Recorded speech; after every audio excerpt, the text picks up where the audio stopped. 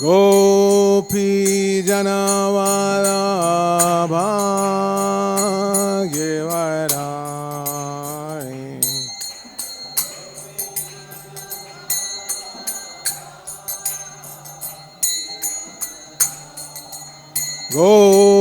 Gopi Janavallabha Giridhari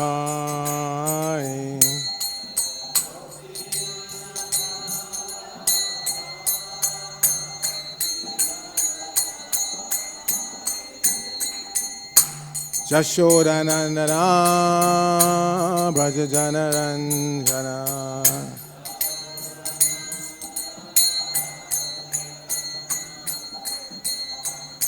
Yashodanandana Brajajanaranjana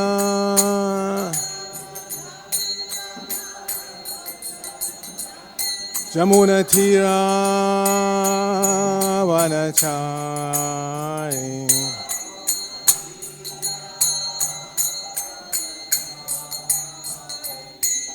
Jamunatira Vanachari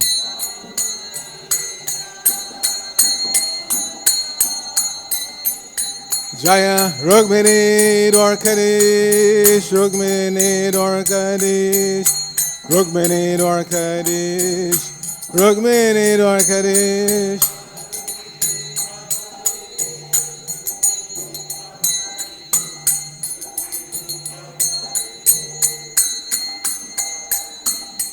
Jaya Jagannath, Jaya Jagannath, Jaya Baladeva, Jaya Subhadra.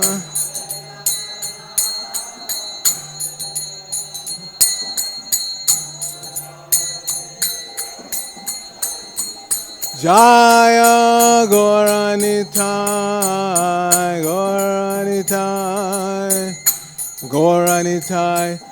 Jaya Gauranitai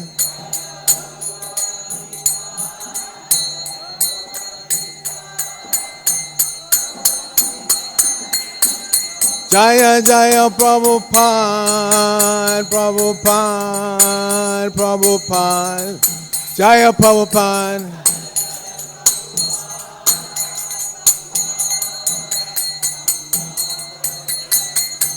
Jaya Jaya Prabhupada Prabhupada Prabhupada Srila Prabhupada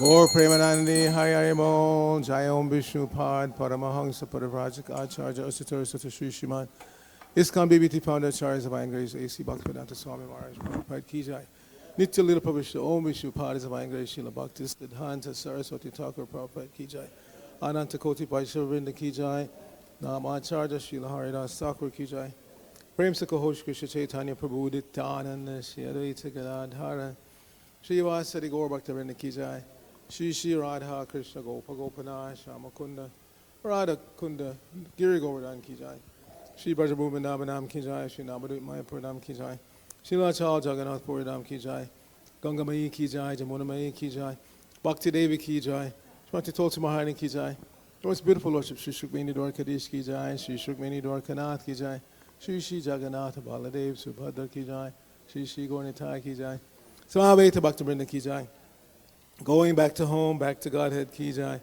ISKCON Los Angeles Yatra Ki Jai Brihad Madanga Transcendental Books Distribution Ki Jai International Food for Life Transcendental Prasadam Distribution Ki Jai Shri Harinam Sankirtan Ki Jai Nittai Gaur Premanandi Maharaj. All glories to the seven devotees. All glories to the seven devotees. All glories to the seven devotees. All glories to Shri Shri Guru and Gauranga. Glory to Srila Prabhupada.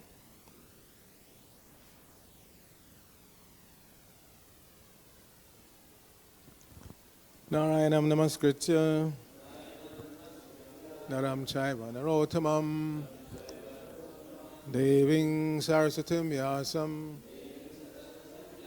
Tato Jayamadhirayat. Before reciting the Srimad Bhagavatam, which is our very means of conquest, let us offer respectful obeisances unto the personality of Godhead, Lord Narayan, unto Narayan Rishi, the supremmost human being, unto Mother Saraswati, the goddess of learning, unto Srila Vyasadeva, the author, and unto Srila Prabhupada, who is the translator, commentator, and our spiritual master.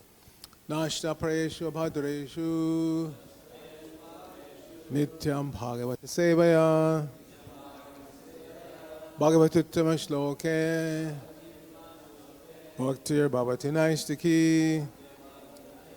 By regularly attending the Srimad Bhagavatam class and by rendering service unto the pure devotee, all that is troublesome to the heart is almost completely destroyed, and loving devotional service unto the personality of Godhead, whose worship with transcendental songs becomes established as an irrevocable fact. Om Namo Bhagavate Vasudevaya. Om Namo Bhagavate Vasudevaya. Om Namo Bhagavate Vasudevaya. So we are continuing our reading from the third canto of the Srimad Bhagavatam. This is chapter 29. Today's text is 22. Yomang sarveṣu bhūteṣu santam ātmānam īśvaram hitvārcāṁ bhajate mauḍhyād bhasmany juhoti saha. Remember, not bhasmany. Bhasman yeva juhoti saha. That's why it changes from an I to a Y. We go over this over and over again. If it wanted to be bhasmany, it will be N-I, as you will see in the synonyms. When that I changes to a Y, you link it to the following word. So it becomes bhasman, and the Y goes with the eva, yeva, bhasman yeva. Okay? Yomang sarveṣu bhūteṣu santam ātmānam īśvaram hitvārcāṁ bhajate mauḍhyād bhasmany juhoti saha. Yomang sarveṣu bhūteṣu santam ātmānam īśvaram hitvārcāṁ bhajate mauḍhyād bhasmany juhoti saha. Please chant.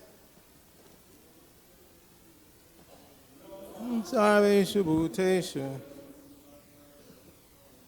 santam ātmānam.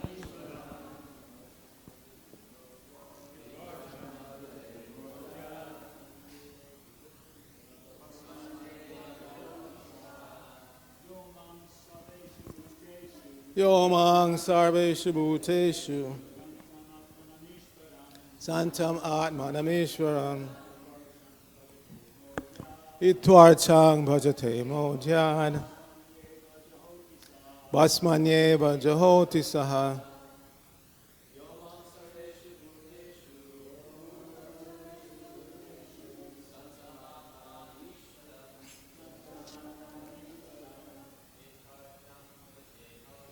Hitvārcāṁ bhajate mauḍhyād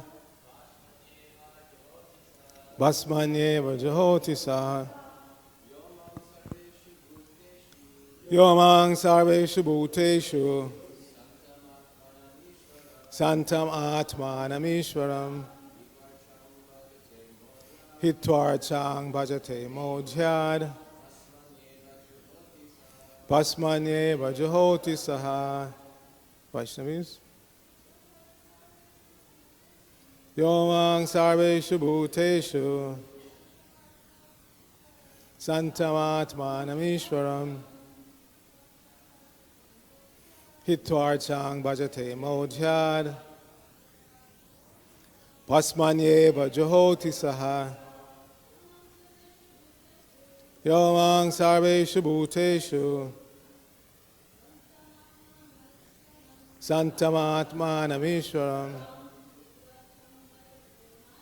hitvārcāṁ bhajate mauḍhyād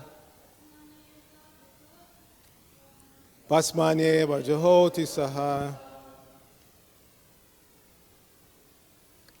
Okay, synonyms. Yaha, one who. Mam, me. Sarveṣu, in all. Bhūteṣu, living entities. Santam, being present. ātmānam, the Paramātmā, īśvaram, the Supreme Lord. Hitvā, disregarding. arcām, the deity. Bhajate, worships.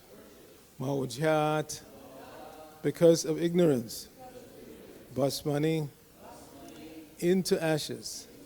Eva, only. Juhoti, offers, oblations. Saha, he. Srila Prabhupada's translation for this verse. One who worships the deity of Godhead in the temples, but does not know that the Supreme Lord, as Paramātmā, is situated in every living entity's heart, must be in ignorance and is compared to one who offers oblations into ashes. Please repeat. One who worships the deity of Godhead in the temples, but does not know that the Supreme Lord, as Paramātmā,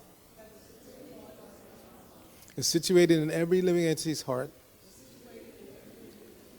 must be in ignorance and is compared to one who offers oblations into ashes. Srila Prabhupada's purport. It is stated clearly herein that the Supreme Personality of Godhead, in his plenary expansion of Supersoul, is present in all living entities. The living entities have 8,400,000 different kinds of bodies, and the Supreme Personality of Godhead is living in every body both as the individual soul and as the Supersoul. Since the individual soul is part and parcel of the Supreme Lord, in that sense the Lord is living in every body, and as Supersoul the Lord is also present as a witness. In both cases, the presence of God in every living entity is essential.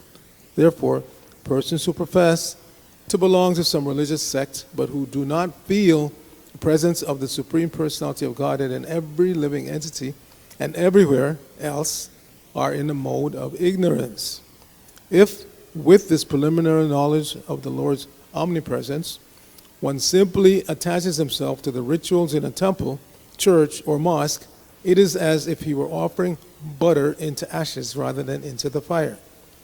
One offers sacrifices by pouring clarified butter into a fire and chanting Vedic mantras. But even if there are Vedic mantras and all conditions are favorable, if the clarified butter is poured on ashes, then such a sacrifice will be useless. In other words, a devotee should not ignore any living entity. The devotee must know that in every living entity, however insignificant he may be, even in an ant, God is present. And therefore, every living entity should be kindly treated and should not be subjected to any violence. In modern civilized society, slaughterhouses are regularly maintained and supported by a certain type of religious principle. But without knowledge of the presence of God in every living entity, any so-called advancement of human civilization, either spiritual or material, is to be understood as being in the mode of ignorance.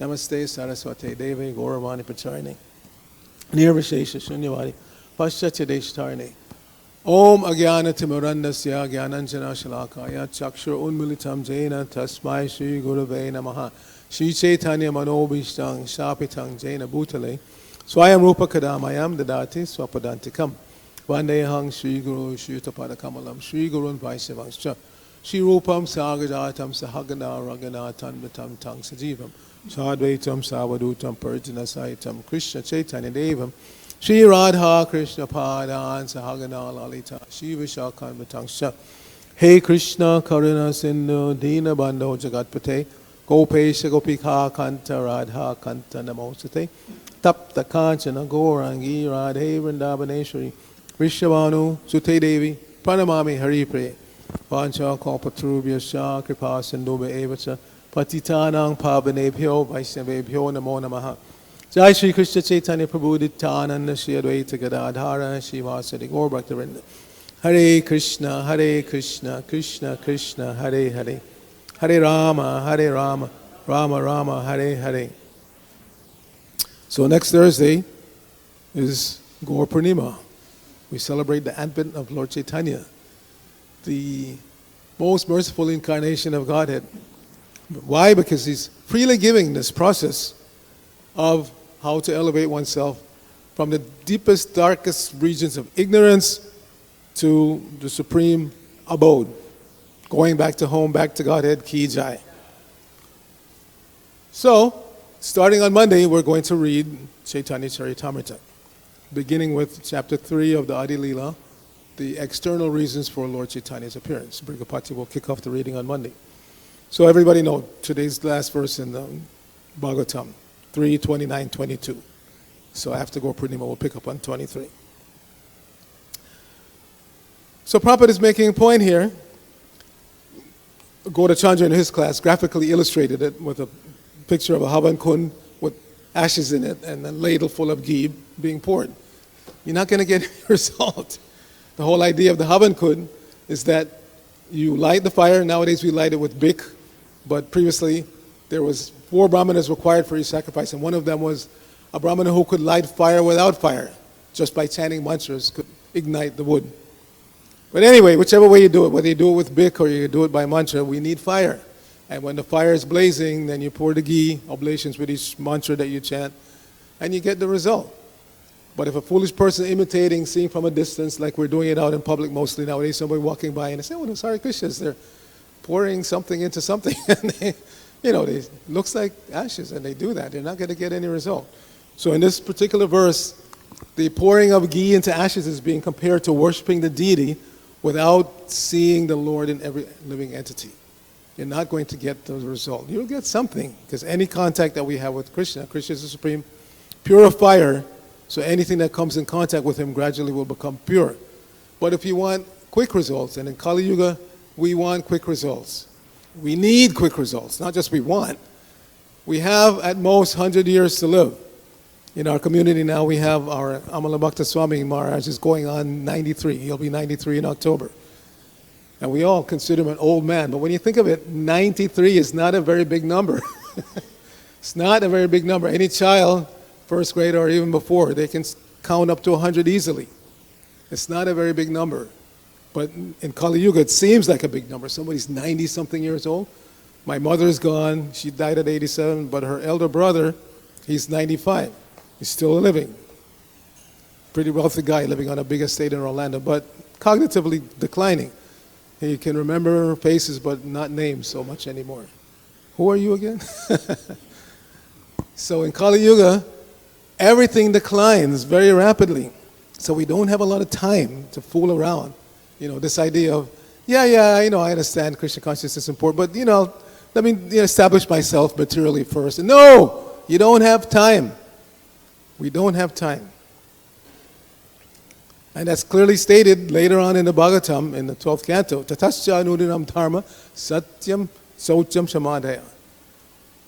Balina kalina raja nangshatyahur balam smriti. These things all decline day by day. They're going down rapidly. We see that. We see that.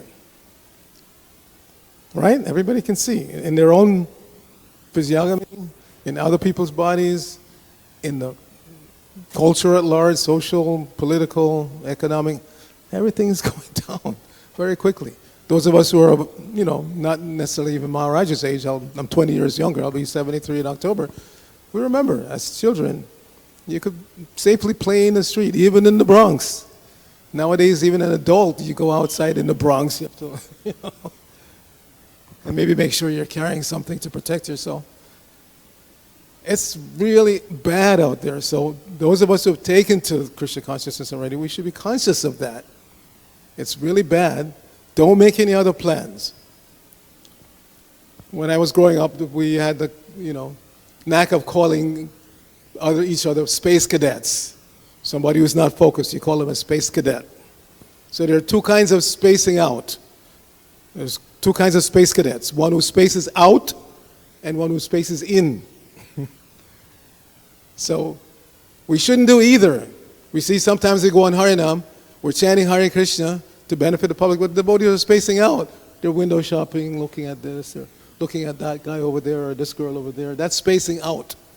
And then there's spacing in, where you're making plans for the future, you're remembering something that you did in the past, and you're, spacing in. We shouldn't do either. Bhaktivinoda Thakur says, forget the past, it lives forever, and trust no future, however pleasant. So that's the mood of a devotee. Stay focused, stay focused, stay focused. If you're studying Bhagavad Gita, study Bhagavad Gita. If you're distributing books, distribute books. If you're on the altar, focus on that. When we first joined in Henry Street, Burgapati and I, everybody had to help because it was a huge temple. We had hundreds of devotees there. So cutting up for breakfast or lunch or whatever was a big task. So the first thing they taught you when you went in the kitchen to cut up, don't space out and cut your finger and bleed into Krishna Sabji. Focus. That's Krishna consciousness, to focus on what you're doing at the moment. Not that you're trying to remember some shloka or something from Krishna book and you cut your finger. So for devotee, being Krishna conscious means focusing on whatever task you've been given. If it's sweeping the temple, focus on that. Don't think about, some other activity. So here it's being mentioned that there are the living entities in this material world have 8,400,000 types of bodies they can inhabit. And everything, there's a verse for everything. Jalaja, Navalakshani, Stavara, Lakshapinshati. Krimayo, Ruja Sankhya, Pakshinam, Dashalakshanam. Shringsha Lakshani Pashava, Chatur Lakshani Manasha. So this is a verse explaining these 8,400,000 types of bodies. Jalaja, Navalakshani. Within the water, 900,000 different types of bodies appear, take birth in water. Now, they don't all necessarily stay in water. There are certain species of frogs, they live on land, but when it comes time to reproduce, they lay their eggs in water, either ocean water or river water or some kind of water. Frogs, crabs also, some crabs do that. And then when the offspring are mature, they come back on land. So, Jalaja Navalaksha. Now, some people may say, 900,000? Some people think maybe it's more, some people think maybe it's less. But we take the Vedic number. We don't waste time following so-called scientific exploration, speculation, because they change their speculation practically every other year. For instance, they speculate that, yes, they say there was a primordial soup and life started in that soup, and then gradually became more and more complex, simple life became more complex. And somewhere along the line, the first fish form appeared. But if we accept the Vedic version, that's absolute nonsense. Krishna is eternal. His body and limbs are eternal. On the soles of his lotus feet, and also on the soles of Radharani's lotus feet, there's a fish. That means that fish form is eternal. It's not something that evolved after a certain point of time. Otherwise, why would Krishna and Radharani have a fish on their lotus feet? They're not material. They're eternally in the spiritual world. So that means in the spiritual world there's fish form. And it's an eternal form. It's not something that evolves. And similarly, even inanimate objects. Another item that both Krishna and Radharani have in common is the umbrella. So the umbrella is not something that was invented, a few hundred years ago or whatever. No, it's an eternal manifestation, umbrella. A chakra. Again, people trace out what is the history of the chakra. Oh, some thousands of years ago somebody designed a sharp wheel with sharp edges. No, it's an eternal form. So like this, if we accept the Vedic version, then we save so much time.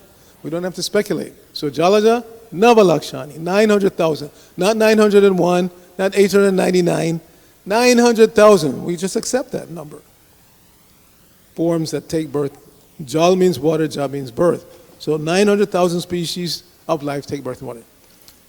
Jalaja Navalakshani, Stavara Lakshapinshati. And those who are alive but they don't move. Trees, creepers, plants, they're fixed in one place. Stavara Lakshapinshati. Pinshati means 20. So 20 lakhs or 2 million forms that take birth and stay in one place. They don't move. And we know amongst the oldest, if not probably the oldest life forms on this planet right now are trees. But you ask them, would you like to be a tree? If I ask you, stand in one place for 4,000 years, 5,000 years. Heck no. What kind of life is that? We'd rather live 100 years as a human being, having fun, rather than standing in the sun and the rain and the snow and the sleet in one place for years. Yes, some of the older ones are ones that live at very high elevations, like some bristlecone pines here in America. They date them to be like 4,000 years old, 5,000 years old. That means when Krishna was on the planet 5,000 years ago, that tree was a seedling. But what good did it do them? To stand here, those 5,000 years since Krishna left, they've been standing in one place. Not a very attractive life form. Jalaja namalakshani stavarlakshani. Krimayo ruja sankhya. And amongst the amphibians and insects, 1,100,000. Then, pakshinam dashalakshanam. Paksha means birds. The birds, there are 1,000,000 forms. Now, as we go along, we should understand that not all of these forms are present on this planet simultaneously. These are forms that are distributed throughout the universe. So there may be certain bird forms, like Garuda, that you don't find here. Meaning, we say our Garuda up here, human-like face, but with wings like an eagle. Pakshanam. Tringsha lakshani pashava. Now, pashu, meaning cats, dogs, wildebeest, those kind of animals. There are 3,000,000 types. And finally, Chatur Lakshani Manusha. There are 400,000 human-like species. But Prabhupada would say, if you can't take to Krishna consciousness and follow the regular principles, chant Hare Krishna, you're not even human. In other words, what's the use of having obtained a human form with developed intelligence if you can't come to the conclusion of human life, which is to take wholeheartedly to Krishna consciousness? Now we've come to Krishna consciousness, we've been instructed to worship the deity either from a distance, as most of us have to do, or on the altar, as some of us are qualified to do. But in either case, deity worship is an integral part of the Krishna consciousness movement, as given to us by Lord Chaitanya. We are following in Lord Chaitanya's line. So he showed the example of seeing the deity every day. Every day he would go and see the deity. When he was in Jagannath Puri for 18 years, every day he would go and see the deity of Lord Jagannath. And of course, remember, the first time he saw Lord Jagannath, he fainted. As Prabhupada said in an earlier purport in this section, for the pure devotee, the deity is not a representation of the Lord. It is the Supreme Lord. So we can't imitate that. Now that we should come into the temple and fake painting just because we're in ecstasy. No. But gradually, we should come to that stage where we see these deities as the Supreme Lord, not a representation of the Supreme Lord. Prabhupada said from right here in this room that you see this deity, talking about Dwarkadish, if you're qualified, he will speak to you. He's not just standing there. He will speak to you, but are you qualified? Do you want to speak to him? Actually, most of us don't. We want to come in the temple, put the hands together, Anjali Mudra, bow down, and then go outside and talk to somebody else. We don't want to talk to Krishna. We don't want to hear Krishna talking to us. Why not? Why don't we have that desire? But in this purport today, Prabhupada is stressing the importance of seeing the Supreme Lord in every living entity. And Krishna says that. He says that every living entity is mine. Mamaya Bangsho Jiva Loke Jiva Bhuta Sanatana. Eternally, every living entity belongs to me. And the importance of understanding that is we tend to treat, those of us who are conscious, other people's property better than we treat our own, isn't it? If somebody lends you a car, especially if it's a very expensive, fancy car, you take care of it better than your own car. That's the general tendency anyway. So if we actually see that every living entity belongs to Krishna, then we should treat them better than we treat ourselves. That should be the mentality.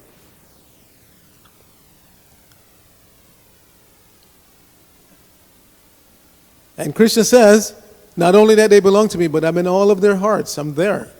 So as was stressed in the previous purport, when you're dealing with another living entity, you deal with that person as if you're dealing with the Supersoul, because the Supersoul is there. And that was another training we got on Henry Street from the very beginning. When you come into the temple room in the morning, you pay obeisances to all the devotees, not just to the deities, not just to the deities. And why? You may be thinking, this guy's a space cadet, you know. No, because the Supersoul is there. You're not actually paying obeisances just to that living entity. You're paying obeisances to the Supersoul in that person's heart. So nowadays it's not so popular anymore, but we used to do that. If you came into the temple room first, every devotee that came through the door, you'd another person comes in, like that. We were trained to pay obeisances to everybody, not just to the deities, not just the guru, to everybody. And in this way, you develop the understanding that all the devotees are important, not just me. Kali Yuga means the age of me-centric thinking. Everything revolves around me. And if you agree with me, and if you go along with my plan, okay, you're okay. But if you deviate 1 iota, if you oppose me 1 millimeter, I'm ready to smash you. People who are obviously ignorant, they don't know what is the goal of life and how to achieve it. But they want to tell everybody else how to think. Think like this, do this, don't do that. This is Kali Yuga. Ignorance is rampant. And the only way to overcome it is Vairagya Bija, Nija Bhakti Yoga. This is what Lord Chaitanya came to give us. Vairagya, detachment, Vidya, knowledge, and Nija Bhakti Yoga, the process of Bhakti Yoga, of how to worship Him. Although He didn't want the devotees or anybody else to think of Him as the Supreme, certain devotees, they understood that. Namo Mahabharanyaya, Krishna Prema Pradayate. He was busted, in other words. He came to show how to be a devotee, but some devotees understood that He was the Supreme Lord, so they worshipped Him in that way. So we should take this lesson to heart, that Krishna consciousness, yes, the deity worship is important, but also proper interaction with the other devotees. Prabhupada gave a very succinct advice in one particular place. He said, living with devotees means 2 things. Don't make friends with another man's wife, and don't steal another devotee's property. 2 simple things. Don't make friends with another man's wife, and don't steal another devotee's properties. Don't con the devotees, in other words. Sometimes, even in the devotee community, we have con artists. They come up with some scheme, hey, yeah, I know you don't have enough money, you're a devotee, you're poor, but just invest a couple of $100 in this thing and you'll get so much return. Run away. As soon as somebody approaches you with any scheme for investment, run away. We've seen so much heartache in the devotee community because of that. So much heartache. This is called an affinity crime. And it happens not just in the Vaishnava community, in all religious communities, this happens. Somebody's have the same religion, and they approach you with some investment scheme, and you're thinking, okay, he's one of me. He's a Mormon, or he's a Catholic, or he's a Vaishnava. So you let your guard down, and then they take your money. So we should not be fooled. We're not here. It's not a business club. It's not a political club. And this is why religion in general is now not favorable anymore, because that's what they were. People go to church or mosque or temple to make business deals, or romantic deals, or political deals. And then when the deals inevitably fall apart, then they lose faith and they don't want to go to temple or mosque or church anymore. What's the use? Let me just go to the bar. I'll meet nicer people. So we should be very, very stringently attentive to not turning Prabhupada's temples into political clubs or social clubs or business clubs. That's not what Prabhupada created his temples for. Strictly for advancing in Krishna consciousness, which means, again, worshiping the deity and seeing all living entities, beginning with the devotees. If we can't see devotees as being Krishna's property, how are we going to see the non-devotees? Okay, we can stop here. Any questions, comments? Yes, Director Gopinath Prabhu.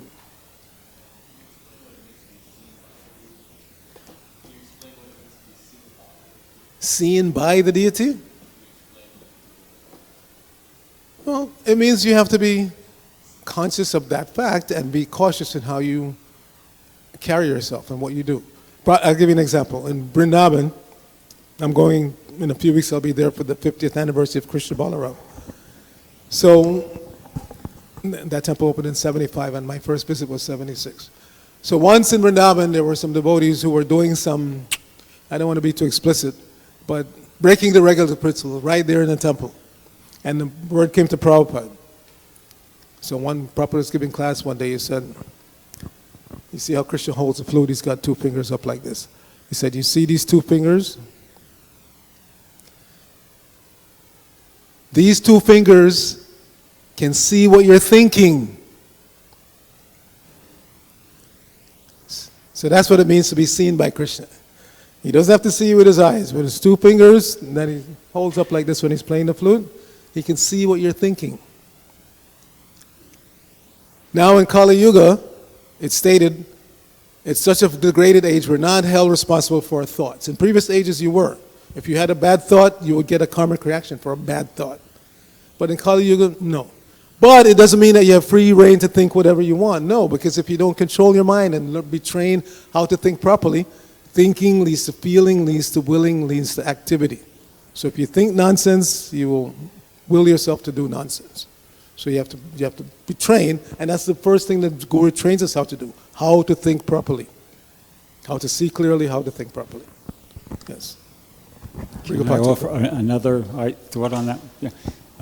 Prabhupada used to quote his spiritual master, don't try to see God, but try to act in such a way that God sees you. Yes. So, being seen by the deity means just try to doing your service in such a way, you're trying to do it very favorably, so that Krishna's pleased, and that's how we sing when you do your service nicely. Pavani Mataji, give her the mic, please.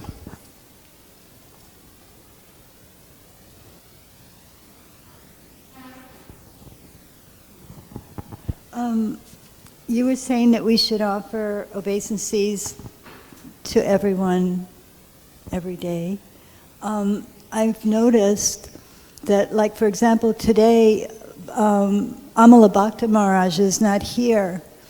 And the first time that many devotees see him is in the Prasadam hall.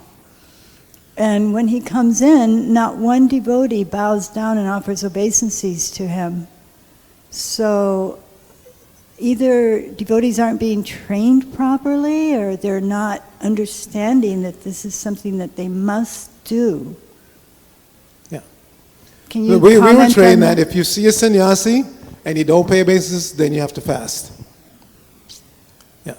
So, but I'm sure in the Prasadam hall, it's not only young devotees, there are older devotees there also, and they don't pay obeisances. So that means it's not just about training. The training went in, but or they just become lazy. It's Kali Yuga. One of the biggest enemies of the living entity in Kali Yuga is laziness. You know what you should do, but you're too lazy to do it.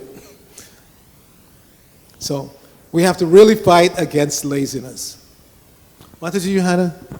Yes. Her hand went up first.